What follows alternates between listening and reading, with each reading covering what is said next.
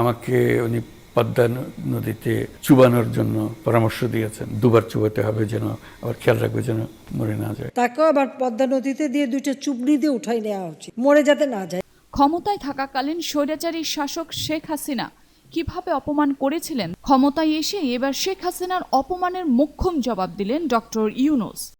শেখ হাসিনা আমাকে আগে ঘুষখোর সুদখোর বলতো, এখন বলে আমি নাকি রক্তচোষা। এভাবেই শেখ হাসিনা সরকার ক্ষমতায় থাকাকালীন ডক্টর ইউনূসকে কিভাবে অপমান করেছিলেন তার বর্ণনা দিচ্ছিলেন ডক্টর ইউনূস নিজেই। তিনি বলেন, উনি পাবলিকলি যেভাবে কথা বলেন এটা বিরাট রকমের আক্রমণ ও অপমান। শেখ হাসিনা আমাকে নাম ধরে ডাকেননি, তবে আমাকে জনসম্মুখে তিনি রক্তচোষা বলে অপমান করেছেন। আমি জানি না তিনি আমার উপর কেন ক্ষুব্ধ, আমি কি করেছি আমি সত্যিই জানি না, কিন্তু আমি এমন কোনো আচরণ করি নাই যে উনি ক্ষোভ করতে পারেন।